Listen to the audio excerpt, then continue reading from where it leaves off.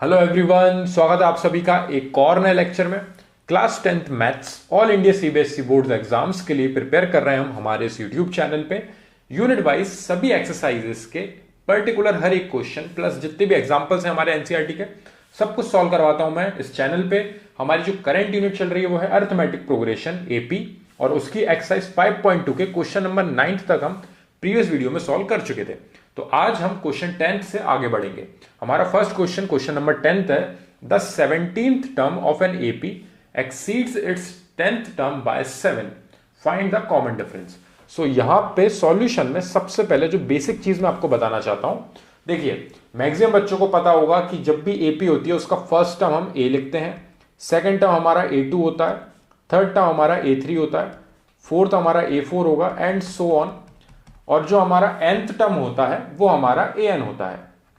nth term किसको बोलेंगे, देखिए ये हमारा फर्स्ट टर्म है, ये हमारा सेकंड है, ये हमारा थर्ड है, ये फोर्थ है, सो ऑन। जब हम आगे जाते जाएंगे तो हम कोई भी XYZ एक पर्टिकुलर नंबर तक पहुंचते हैं, इसलिए हम उसको nth टर्म बोलते हैं, क्योंकि इसकी वैल्यू हमें नहीं पता है कि ये कोई सा भी टर्म हो सकता है, इसलिए हम इसको an के रूप में लिख देते हैं। an एक टर्म है और n उसकी पर्टिकुलर टर्म की वैल्यू है कि वो कौन से नंबर का टर्म है। जैसे कि ये फर्स्ट नंबर का टर्म है जिसको हम a से रिप्रेजेंट कर रहे हैं। फॉर एग्जांपल एपी अगर हमारी, जिसमें हमें 1 3 5 7 एंड सो ऑन, तो 1 जो है वो हमारा फर्स्ट टर्म है, जो a है वो 1 है और ये हमारा फर्स्ट टर्म है। a2 जो है हमारा सेकेंड टर्म वो है 3, और 3 हमारा सेकेंड टर्म है, सेकेंड टर्म हमारा a2 है, थर्ड टर्म हमारा a3 है। तो a3 उस टर्म की वैल्यू है और वो कौन से नंबर का टर्म है, वो है थर्ड।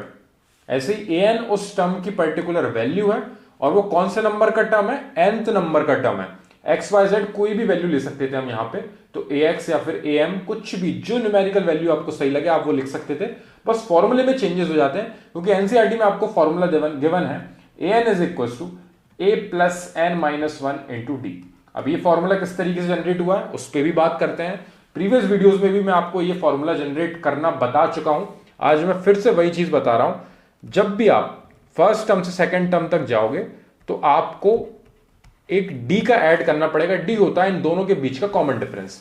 जैसे कि इस एग्जाम्पल में आप देख सकते हो इन दोनों के बीच का कॉमन डिफरेंस है 2, इन दोनों के बीच का कॉमन डिफरेंस क्या है 2, इन दोनों के बीच का कॉमन डिफरेंस है 2। इसलिए उसको कॉमन डिफरेंस बोला जाता है क्योंकि वो हर टर्म के बीच में सिमिलर डिफरेंस रहेगा। तो आप देखोगे जो आपका फर्स्ट टर्म है a, उसमें आपने 2 यानी कि कॉमन डिफरेंस को ऐड कर दिया। तो a में जब आपने d को जोड़ दिया, फर्स्ट टर्म में आपने कॉमन डिफरेंस 2 को जोड़ दिया, तो आपको सेकेंड टर्म यानी कि a2 3 मिल चुका है। a2 में जैसे आप यानी कि इसमें एक और बार आप d को ऐड कर दोगे, a2 में एक और बार d को ऐड कर दोगे, इसमें 2 और ऐड कर दोगे, तो आपको मिल जाएगा a3। ये आ जाएगा हमारा 5, ये हमें मिल जाएगा a3। ठीक है, तो a2 की वैल्यू क्या थी हमारी, a2 की वैल्यू है a plus D. a plus D में एक और d ऐड करेंगे तो हमें a3 मिल रहा है, यानी कि a plus 2d is equal to a3। इस तरीके से चीज चलती है। तो a प्लस डी किया हमने फर्स्ट टर्म से सेकेंड टर्म पे पहुंचने के लिए, सेकेंड से थर्ड तक जाना है, यानी कि आपको फर्स्ट से थर्ड तक आना है। तो यहां पे आप वापस आप देखोगे एक और कॉमन डिफरेंस का एडिशन हो जाएगा, यानी कि जो a प्लस डी था उसमें एक और d जुड़ जाएगा, यानी कि a प्लस 2d। ये आप अगर थर्ड टर्म को निकालना चाहते हो डायरेक्टली तो a3 की वैल्यू होती है a plus 2d, and same pattern चलेगा a4 is equal to a plus 3d and so on. अगर आप a10 निकालोगे तो आएगा a plus 9d।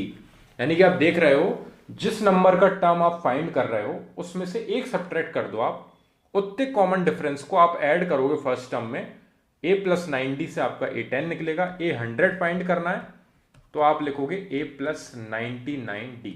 Same order चलता जाता है, यानी कि अगर आप देखोगे a n का formula is equal to a plus n minus 1 into d. क्यों मिला हमें, इसलिए मिला है क्योंकि अगर आप इस 100 को यहां पे रखोगे, so a 100 is equal to a plus n की जगह पे 100 आया माइनस 1 इंटू डी, यानी कि इसको सॉल्व करके हमें मिलेगा a प्लस 99d। तो जो हम a 100 हम जहां पे लिख रहे हैं a प्लस 99d, वो इवेंचुअली इसी फॉर्मूले की हेल्प से निकला है, जो है हमारा a n is equal to a plus n minus one into d, जिसमें एन की जगह पे जो भी नंबर आप रखोगे, 4 रखोगे तो यहां पे 4 माइनस वन 3D आ जाएगा। आप 8 10 एन की जगह पे 10 रखोगे तो एन यहां पे 10 सब्सटीट्यूट होगा तो 10 माइनस वन 9D आ जाएगा। इसलिए a n is equal to a plus n minus one into d, ये हमारा ए एन का इकलौता फॉर्मूला जिसकी हेल्प से हमारे पूरे एक्सरसाइज के क्वेश्चन हो रहे हैं। अब यहां पे हम क्वेश्चन पे आगे बढ़ते हैं। ठीक है, ये तो मैंने आपको फॉर्मूला जनरेट करना बताया। अब क्वेश्चन में उन्होंने बोला है कि the 17th term of an AP exceeds its 10th term by 7। अब यहां पे मैं इसको अच्छे से रिप्रेजेंट करूंगा आपको। A1 नहीं लिख रहे हैं हम, ए अकेला कंसीडर करते हैं फर्स्ट टर्म को, देन A2 देन A3, इस तरीके से चलता है। तो मैं यहां पे पूरे लिख लेता हूं जिससे आपको क्वेश्चन में कंफ्यूजन नहीं होगा। वहां पे आपको इतना सब लिख के नहीं आना है, आपको सिर्फ और सिर्फ जो मैं अभी बताऊंगा वही सब्स्टिट्यूट करके वैल्यूज और उसको सॉल्व करके स्टेप वाइज आपको नंबर मिलेंगे।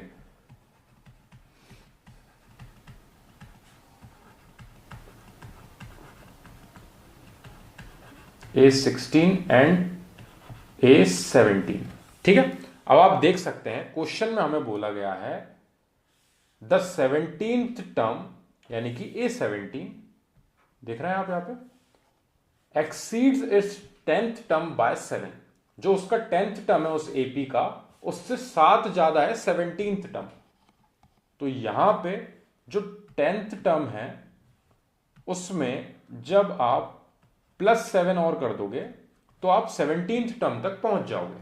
वापस देखिए आप ऊपर, the 17th term of an AP exceeds its 10th term by 7। तो 10th टर्म से 7 ज्यादा है, एक्सीड कर रहा है, यानी कि 10th टर्म में अगर आप 7 ऐड कर दोगे तो आपको 17th टर्म मिल जाएगा।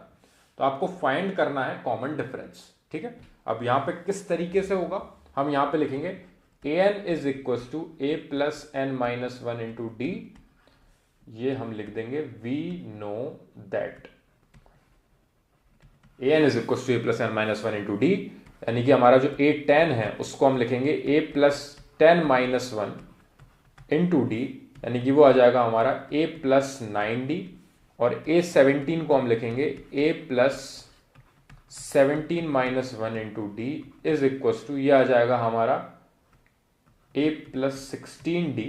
और हमें क्वेश्चन में गिवन दिया है कि जो हमारा 10th टर्म है, जो हमारा 17th टर्म है, वो 10th टर्म से 7 ज्यादा है, एक्सीड कर रहा है bye 7।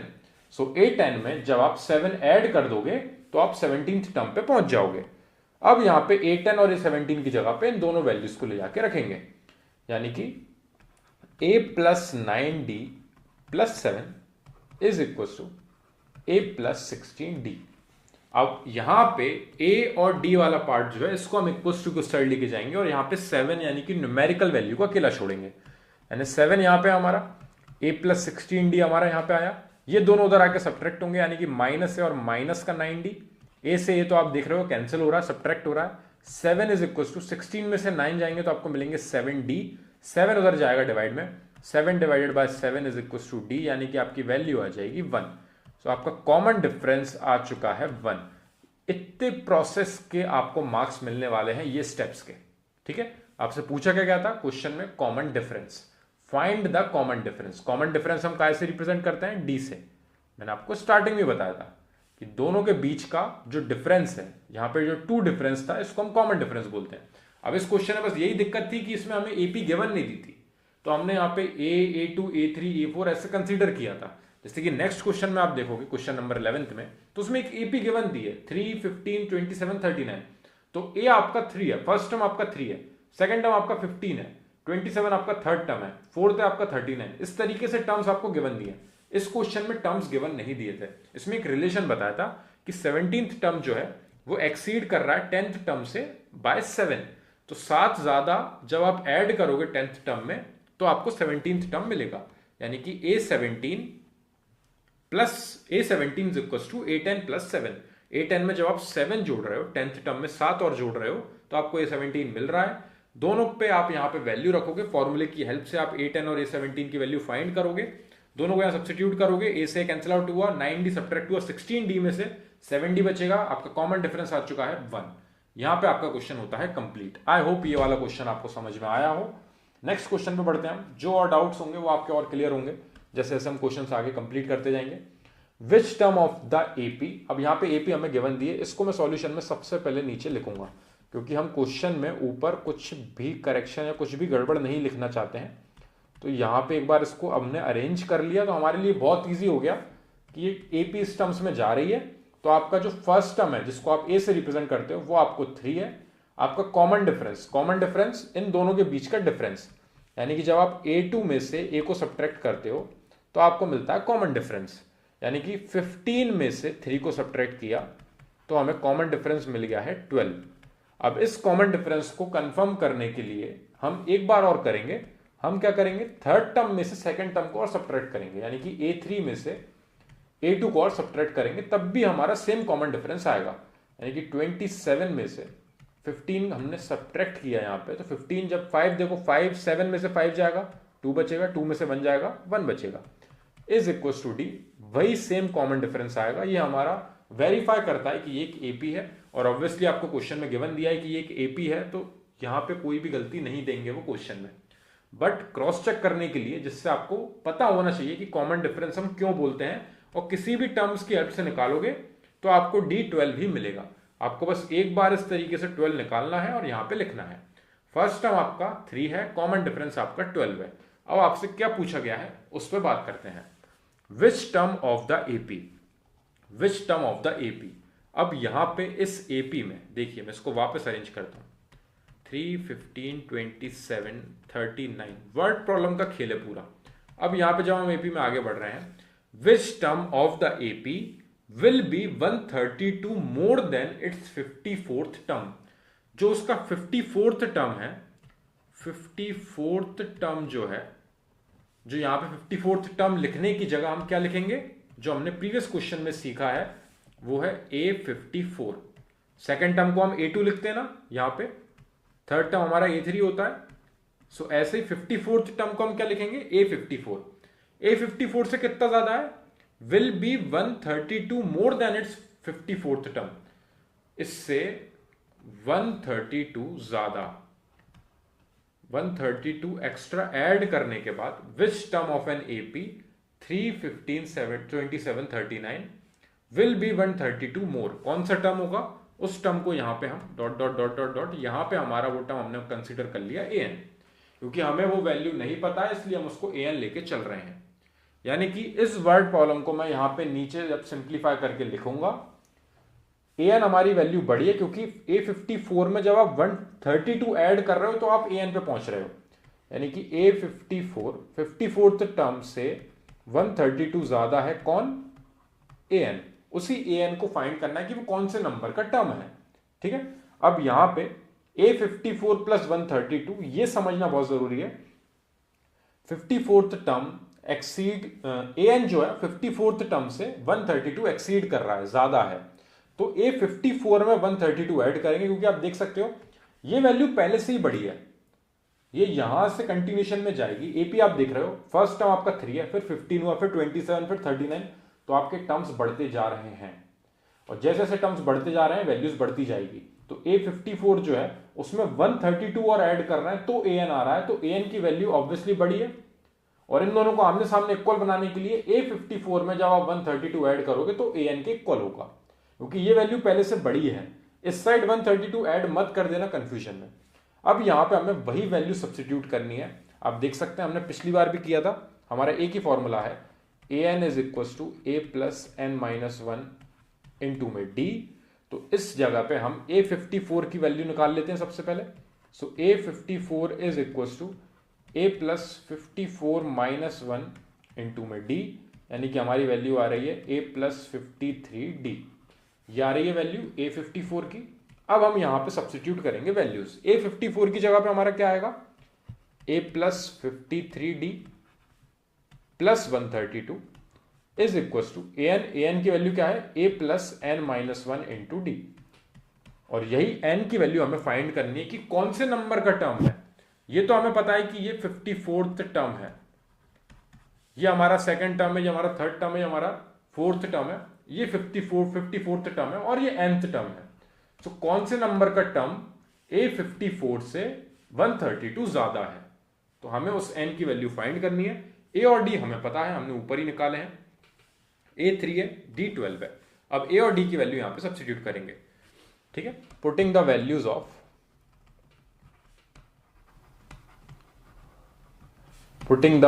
Of A and D in above equation। ठीक है, अब यहां पे A की जगह पे 3 आएगा, 53 हमारा ऐसा का ऐसा, और D जो आपका मल्टीप्लाई में उसकी जगह पे आएगा 12 plus 132 is equal to A की जगह पे वापस आपका 3 आएगा प्लस n-1 इंटू डी की जगह पे आएगा आपका 12। अब ये 3 जो है इसको हम उस साइड ले जाएंगे सबसे पहले, क्यों? क्योंकि वहां पे भी एक 3 है और ये 3 से 3 हम सब्ट्रैक्ट कर देंगे वहां पे, यानी कि 3 प्लस 53 का 12 में मल्टीप्लाई। 12 3 जा आपका होता है 36, 6 यहाँ पे 3 कैरी हुआ, 12 5 जा होता है आपका 60, 60 और 3 ऐड होके हो जाएंगे 63। आप चाहो तो साइड में मल्टीप्लाई कर लेना, कंफ्यूजन नहीं होना चाहिए। प्लस 132 और ये 3 इस साइड आके हो जाएगा subtract is equal to n-1 into में 12। अब यहां पे 3 से 3 आपका कैंसिल आउट हो जाएगा, आप चाहो तो सब्ट्रैक्ट करके लिख सकते हो। हमें सिर्फ इन दोनों को ऐड करना है। 6 और 2 ऐड होके हो जाएंगे 8, 3 और 3 ऐड हो जाएंगे हमारे 6, और 6 और 1 ऐड हो जाएंगे 7। 768 is equal to n-1 into में 12। अब ये 12 को सबसे पहले हम डिवाइड में भेजेंगे, तो 768 divided by 12 is equal to n-1। ये 12 से कैंसिल आउट होगा, 12 1 जा 12, 12 6 जा 72, 72 टाइम्स कैंसिल आउट हुआ तो 4 बचेगा, 48 4 जा 48।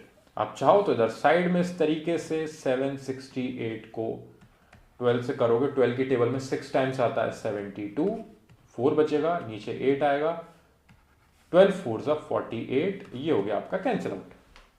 तो 64 टाइम्स जाएगा 12 से 768। तो 64 इज इक्वल टू n-1, 1 उधर जाके ऐड हो जाएगा, 64 plus 1 is equal to n, यानी n की वैल्यू आपकी आ चुकी है 65, यानी कि 65th टर्म है जो A65 जो है वो A54 से 54th टर्म से कितना ज्यादा था? 132। देख सकते हैं आप यहां पे हमने क्या इक्वेशन बनाई थी? हमारी इक्वेशन थी यहां पे A54 में जब आप 132 ऐड कर रहे हो तो आपका an आ रहा था, उस n की वैल्यू, वो nth टर्म कौन सा है? आपका 65th टर्म है, तो an की जगह पे हम लिख सकते हैं A65 और nth टर्म की जगह पे हम लिख सकते हैं 65th टर्म। ये सब आपको मेंशन करने की जरूरत नहीं है, ये मैं आपको बस एक्सप्लेन कर रहा हूं यहाँ पे। और यहाँ पे आप देखोगे तो आपका पूरा कनेक्शन इजी बैठ रहा होगा। आप चाहो तो इसको सिंप्लीफाई करके देख सकते हो। यहाँ पे A65 जो है वो A54 प्लस 132 के इक्वल है। आप चाहो तो यहाँ पे A प्लस 64D लिखना value is equal to A plus 53D लिखना यहाँ पे वैल्यू प्लस 132। अब A और D की वैल्यू यहाँ पे मेंशन करके मल्टीप्लाई करके आप देखोगे तो दोनों वैल्यू सेम आएंगी। आप चाहो तो उसको एक बार क्रॉस चेक कर सकते हो। यहां पे हमें क्या फाइंड करना था? कौन से नंबर का टर्म है? हमने n की वैल्यू फाइंड कर ली कि 65th टर्म जो है वो 132 ज्यादा है किससे? 54th टर्म से। 54th टर्म से 65th टर्म 132 ज्यादा है। ये हमारा यहां पे क्वेश्चन होता है कंप्लीट। यही पूछा था, which term of the AP 65th term of the AP 3, 15, 27, 39 will be 132 more than its 54th term। I hope ये क्वेश्चन आपको समझ में आया हो। फिर भी कोई डाउट लगे कमेंट सेक्शन में जरूर डिस्क्राइब करना, ताकि हम उसको पहले सॉल्व कर सकें और फिर हम नेक्स्ट क्वेश्चन पे बढ़ सकें। आज की वीडियो के लिए इतने क्वेश्चंस काफी हैं। 12th क्वेश्चन से हम नेक्स्ट वीडियो में स्टार्ट करेंगे। Thank you very much for watching this video.